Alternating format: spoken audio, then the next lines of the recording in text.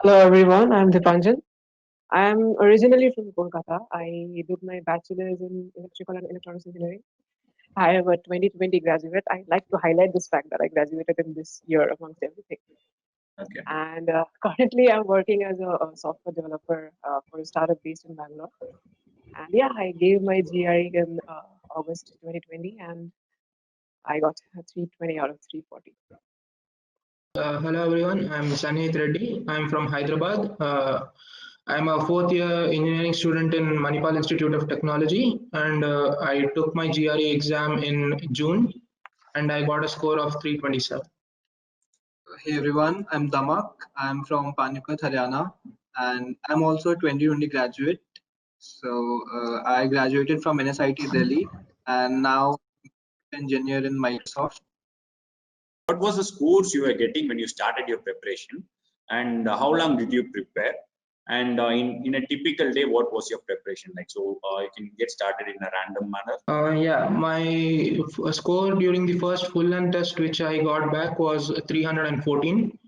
And as I kept writing my tests, it got better. And by the time I took the GRE exam, my average was around 320, 325. When I gave my first test, I scored 319, and like after a lot of practice, in the end, when I gave my final kind of practice test, it was around 325, 26, and in the final exam, I scored 330. So that was my journey there. I gave my first exam in the month of February, if I'm not wrong. Like without any preparation, I wanted to test out how good I perform. I got 305. So I was kind of demotivated after that, and I didn't think that I could do this entire preparation thing alone. So the next time I gave my exam was straight in the month of June and July, June I think. And then I got in the range of 310, 11, until finally in the ETS Power Prep 1, I got a score of 320. And that was actually an exact replica of what I scored on my GRE. Did you face any specific difficulty with any topic? For me, I wouldn't say difficult, but the topic which troubled me a little bit was the Venn diagrams part, because some of the questions were pretty simple, but some questions I could solve most of them, but the time it took me to solve them was far too much than I could afford. So my strategy basically during the exam was, if I see any questions relating to that, I'll just skip that. We'll come back later if I have time. And I also practiced a lot from the advanced practice bank from GREH, so I think I was able to handle it pretty well. And the other part was learning vocabulary for the text completion and sentence equivalence. Half of the words when I started I could not understand, because they didn't even seem like real words to me. So that was pretty hard, and I used the word bot and word bot to learn new words every day, and that helped. I kind of found the multiple selection RCS questions like difficult, confusing. I always got them wrong. So that was like since the beginning till the end, I was kind of stuck there. I couldn't really improve there because they were, as I would move forward, they would get more. So yeah. So how did I overcome them? I guess practice only. Like in the final GRE, actually, they're not that difficult. Now, when you're practicing, we kind of overdo because we want to prepare for the worst. But in the actual GRE, it's not that difficult and that confusing. Yeah, practicing those questions was the only way to get over it. And yeah, that's what I did for them. If you ask me what was the most difficult thing for me, it was the entire verbal section. I couldn't comprehend anything in that. And that stayed till the end of it. I mean, it's not that I mastered it and I overcame. But anyway, I gathered confidence enough to face it on the test day. With quants, I was pretty confident because I have a technical background. So with mathematics, I wasn't very daunted or overwhelmed with it. But with the verbals, including vocab, RC, just name it, and I used to get nightmares of it. And with WordBot, after struggling in the initial days, there was a point where I was like, no, I can't do this. This is not for. I think I even texted my SFA one day in the chat box, this is not for me. I'm so sorry, this is not happening. But anyway, like it happened. And then, yeah, I think the entire verbal section was the most difficult part for me. How many words did you actually master, and did you use only word for your verbal? Yeah, I think I did around 900 to 1000 words. I don't think I mastered every one of them, but at least I went through those about 2 times. And I didn't use just wordbot. Sometimes if I found that the wordbot explanation was not enough, or if I wanted to find similar words, I use Google as well. So I also started with the wordboard app only, and I kind of mastered all the words there. I guess there were some 1500 words there. So by mastered, I mean like I went through twice them, like all those words. The thing is that I went through that WordBot app only once. I couldn't go through it twice. I really wanted to. And another great feature of that app is there is a picture associated with each word. And surprisingly, when I was reading, I never realized. But when I was, trying to recollect or rememorize or say came across that word again in some practice test or any question, that picture surprisingly helped me recollect what the meaning of that word was. So I think that is a very distinguishable feature that WordBot has, because I have used Magoo's flashcards and other apps as well for words. But this picture kind of a thing with every word, it's very rare. So it just helps to recollect a lot, honestly. So can you tell us about the experience of GRE at home?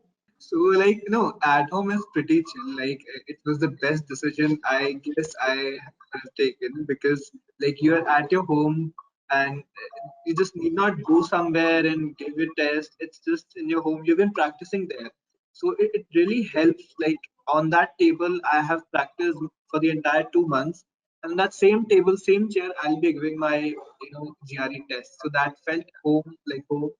And but yeah, again, so I would just like to add something which some of you might face, like I faced it. So when I was giving my GRE at home, I opened my camera application just before the exam, and then I kind of started with my at-home exam, and it couldn't load my camera because it was already open in another application, and I didn't know that. So for like first half an hour, I was literally confused. I was not able to get through, the basic system check, and the link was just valid for 25 minutes. So that kind of freaked me out. But in the end, I was kind of able to like find a solution and close the app, start again. But yeah, if any of you face this problem, I just wanted to give you a heads up. Yeah. Otherwise, it was like pretty smooth and really nice, the whole experience. It was pretty smooth. I mean, I was in this very bedroom. I was sitting on the other side of the bedroom. I could have sat there today itself, but it's a little untidy. Using this same laptop and giving the exam in the same fashion. I was probably wearing this same T-shirt. Anyway, giving the GRE from here itself. So it was very smooth. It was something unimaginable, like sitting in my bedroom and giving a test to go abroad. So you see the hypocrisy in the statement itself, right? And yeah, I logged into the system on time, and Proctor logged up with me, and we connected, and they had a check of the room. And then I started with the examination. And during the course of the examination, I think my proctor changed thrice, but I never even realized till the test was over. And in the chat box, I saw that 3 different names had turned up. So it was as smooth as that. And later, I even gave my TOEFL from home because I was pretty confident after the experience with GRE, and the test centers hadn't opened then yet. So even that went pretty well from my home. And I think one important question everybody wants answer from you guys is, how did you handle the RC section? So for me, the way I handle my RC questions were first I would go through the passages. Like unless it was a one paragraph passage, if it was a big passage, I'd just lightly go through it to kind of figure out what it was talking about, and then I'd look at the question, and then go to the paragraph where I felt the answer might be, and thoroughly went through that. My strategy was to not spend more than 2 to 2.5 minutes reading the passage, and then around 30 to 40 seconds answering the questions. Basically, I tried to finish the test completion and the sentence equivalence questions in around 10 to 11 minutes, and spend the rest of the time on RC. I first finished those and then RC, because I don't think if you know the answer, it won't take you more time than 10 minutes to finish the other 2 sections, and you'll need all the time you can get for RCs. Mine was also pretty much the same. I spent around 10 minutes, 10, 12 minutes on text completion and sentence equivalence, and the rest of the time on RCs. And now see if the paragraph was short, then 1 minute. If it was long, then 2.5 minutes to go through, 30-40 seconds to kind of answer that. That was the, I guess it was the same as Sannihith's. Do you guys have some specific tips? Like I did this for my quants, right? It worked out really well for me. Do you have any specific strategy or tips that you want to share to our audience today? For quants, an important mistake which I find a lot of people making is that they practice a lot of very hard problems. I mean, we have this perception that since I can do engineering maths 4, GRE is a cakewalk for me. But that is not the case, because GRE tests the ABCD of mathematics. You know, questions like what is a number? Anything is a number. I never knew that a fraction is also a number. Right. These questions are, I mean, getting your foundations clear, getting your, the basic of mathematics known. What are numbers? What is a whole number? Is zero positive or negative? Is one prime or composite? These things make a lot of difference. I mean, the things which we tend to ignore as we pursue more and more in our curriculum of education.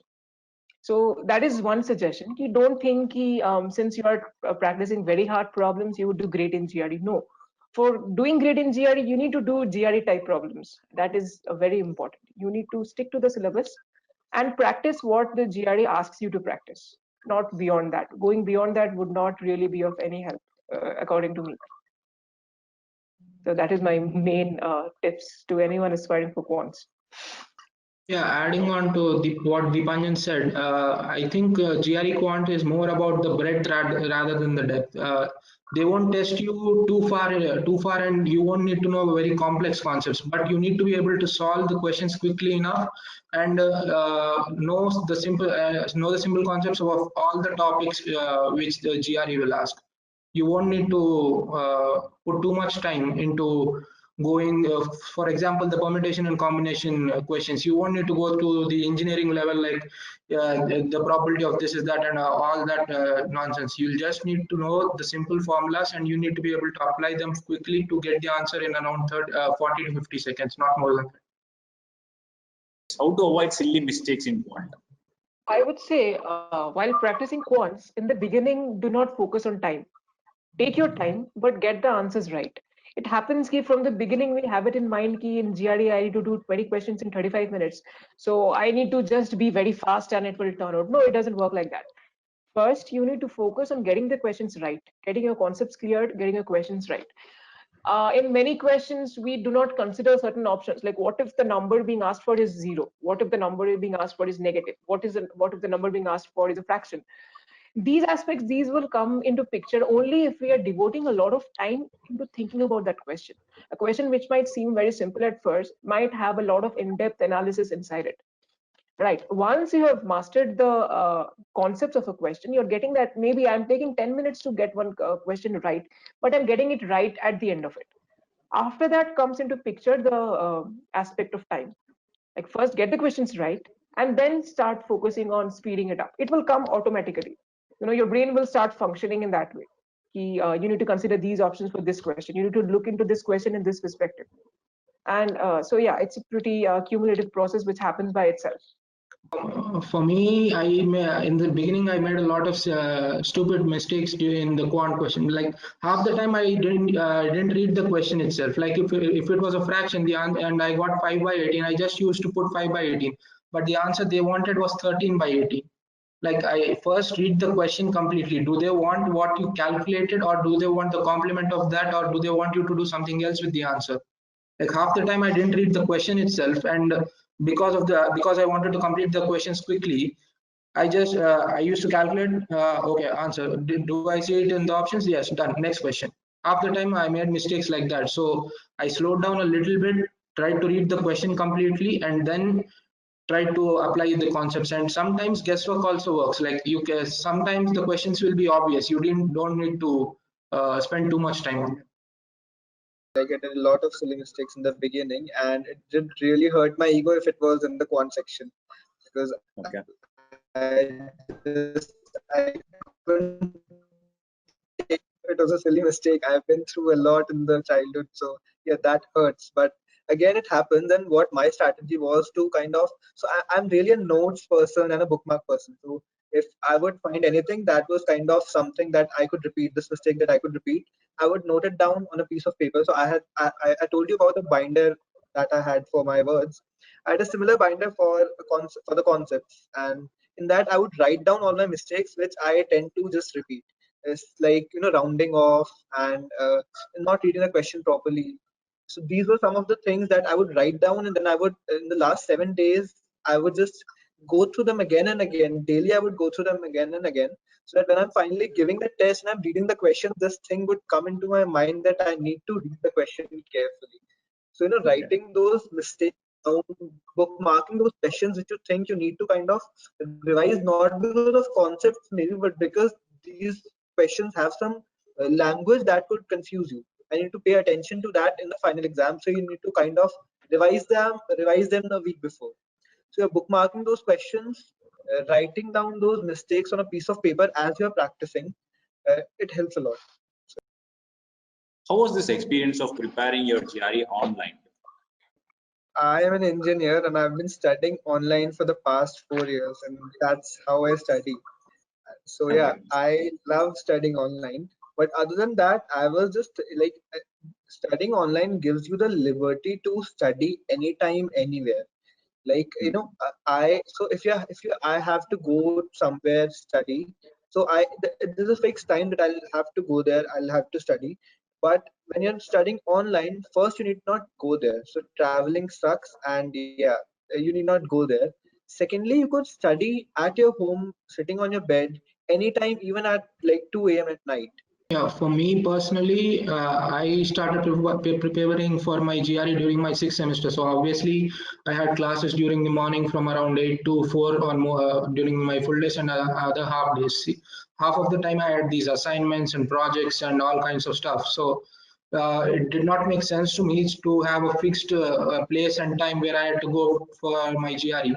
Some days I wouldn't have any assignments and I could spend more time if I required. And some days maybe I wouldn't even feel like studying, or I had too much work. So the online part helped me pace myself whenever and complete my studies whenever I had my free time. Like if I had my exams, I used to try and finish the portion of the next week before so that I could concentrate on my exams. Now that if I had gone to an actual physical classroom now, they wouldn't be able to prepone the classes just for me. So I think the online part was really helpful for me because I could just stay in my hostel room and prepare. Yeah, I would just compliment on what both Sannihith and Damak elucidated. That yeah, preparing online gives a lot of power to you, that you can do it at your pace, at your will, at your time. And ultimately, see, it's an online examination. You're giving the GRE online. It's an online examination, and all the practice tests that you will be giving, you'll end up giving is online. So it is only natural that the preparation process for the same should be online.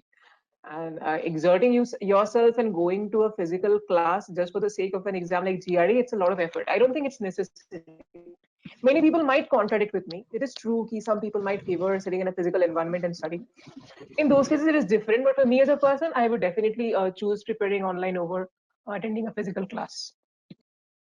Is it possible to score 320 plus or a very good score in 30 to 45 days time? Is it actually possible? What do you guys think? Yeah, I think it's more than possible. Like I did my preparation for 4 months, but it was basically no more than an hour a day. So that would total out around 140 to 150 hours, which is basically what you'll get in 30 to 45 days for if you do take it for 2 hours. So yeah, if you concentrate and try to follow the study plan which is given to you, I think it's more than possible to get 320 plus. Like, all the three of us, we like spent an hour, 2 hour per day for 2.5 months only if we normalize. So like, this is exactly what we're talking about, 30 to 45 days. If you're really confused that you might not like give in 30 to 45 days, you just need to increase the hours that you're spending per day. It's all about how many hours you're spending. If the number of days are less, just spend more hours and you'll be able to score well. Add up to what both of them said. I myself prepared for 2 months and made it to 320. So I think Hmm. anyone can definitely do that. I was handling two jobs, and along with that, I was preparing for GRE. So anyone can do that. It's not a big deal. I think it's 2 months is a good time to prepare for GRE. It's neither overdoing it nor underdoing it. You overdo it, may happen that you screw up at the end of it, you panic a lot, and you feel you have invested so much of time in preparing for this examination, and you have to do good. But 2 months is a very safe and a good time according to me. You close it with what you guys think about GREH and what advice you want to give to test takers. I like my whole motive for taking GREH was it would kind of give me a plan which is very difficult to make myself. So yeah, GRE helped me in that way a lot. So I had a plan every day. You have this like specific session that you need to do daily. Then when you complete it, it goes into and the next work kind of gets allotted. And if you don't complete it, it goes into your backlog. So it kind of helped me track what do I how much I need to do extra someday because I had some backlog. Had it not been this, I know I would have taken 3 months, 4 months doing all sorts of things and not have landed into a correct plan to study. So Yari had it's kind of helped me giving that plan of study really well. And apart from that, the SFAs, so like they helped me. Like I asked a lot of doubts. So they helped me with my doubts. I was recollecting that once, like my SFA, verbal SFA, she wasn't kind of convinced that she should write that answer down so that to solve my doubt. So she called me and then asked me to, okay, can we reconnect? And then she explained me on call. So yeah, it was like really good experience that way also, that you get your doubts answered. So like what else you need? You need some study material, you need a plan, you need someone to guide. So I guess it solves pretty much of everything in this CREH. Yeah, I would recommend it. Yeah, adding on to what Damak said, like the part which really helped me was the study plan. Like the day I joined GREH, my SFS made a plan for both verbal and quant, and as long as just was able to follow through the plan, I got through all the syllabus in time, and then I was able to take the tests as well. And the other thing which really helped was the feedback from my SFS. Like they would just not say, "Okay, it's a bad performance, you need to improve." They would tell me where I had taken more time or where I had made some silly mistakes, and where they thought like how I could improve and which steps I should take to improve my accuracy or my speed. So I think GRE has helped me a lot. I would just add to what both of them said. I think when we are having a very large goal, like we all start with a goal of getting a 340 or a 340 in GRE, right? It is very essential to break that large goal into smaller goals. And that is where the role of GREH came into my preparation.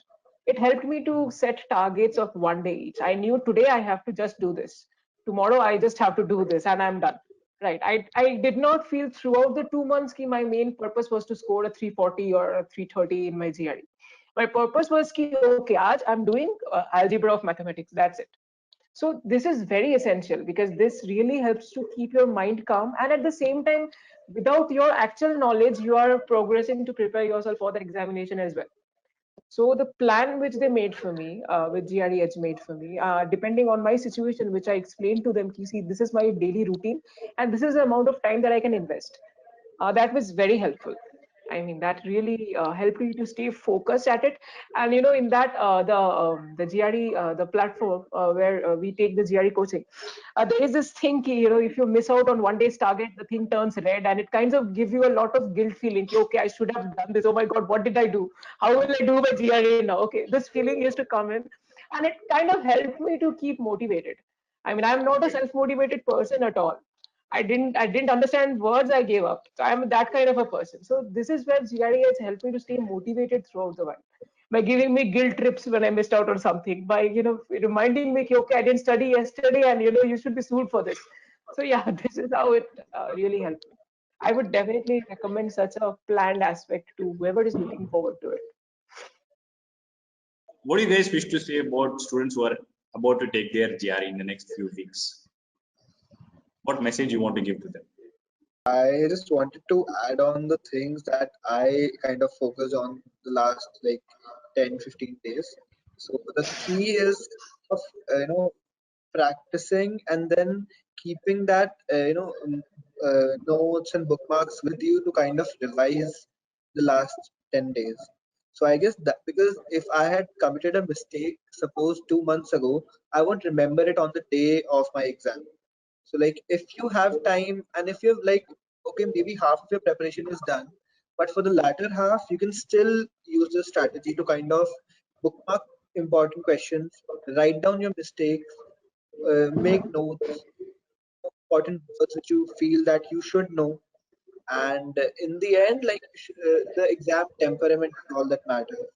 So what happened to me is like, as I told that I take it on my ego when I don't, I don't solve the mathematics question.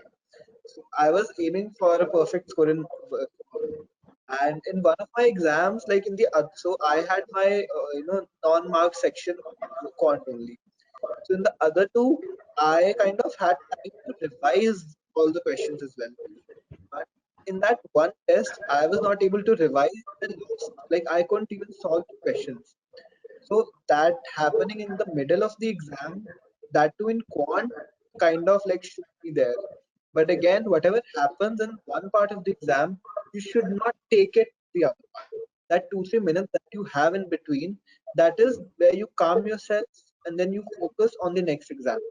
You should leave what happened in the previous section and then start with the another section with 100% again. So yeah, don't let those things worry you if that happens during the exam. So yeah, that's pretty much I would like to say. And yeah, you got this. Yeah, one thing I'd like to say is like my first section was quant on the day of my exam, and the first question I kind of didn't get. Like I felt like maybe okay, let's leave this and go to the next question. And the second question I also did not get.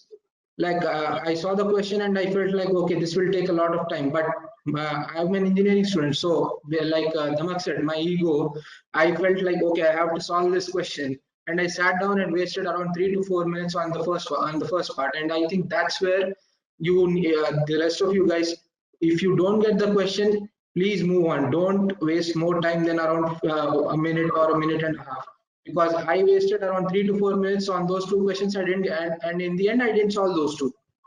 I think I'm pretty sure I got the next rating correct, but because I wasted those minutes, that was really harmful. So if you don't get the question, move on, and later if you have time, you can come back. And yeah, I think no matter how much cliche it sounds, it's very important to remember that it's neither the beginning nor the end of the world. Okay, it's just an examination which tests you on the very basics of English and mathematics that as Indian students we have been learning from nursery and pre-nursery. So it is a test of that. So it really doesn't make sense to get very overwhelmed or very daunted by it. Other than that, yeah, best of luck and it will be great. Whatever happens.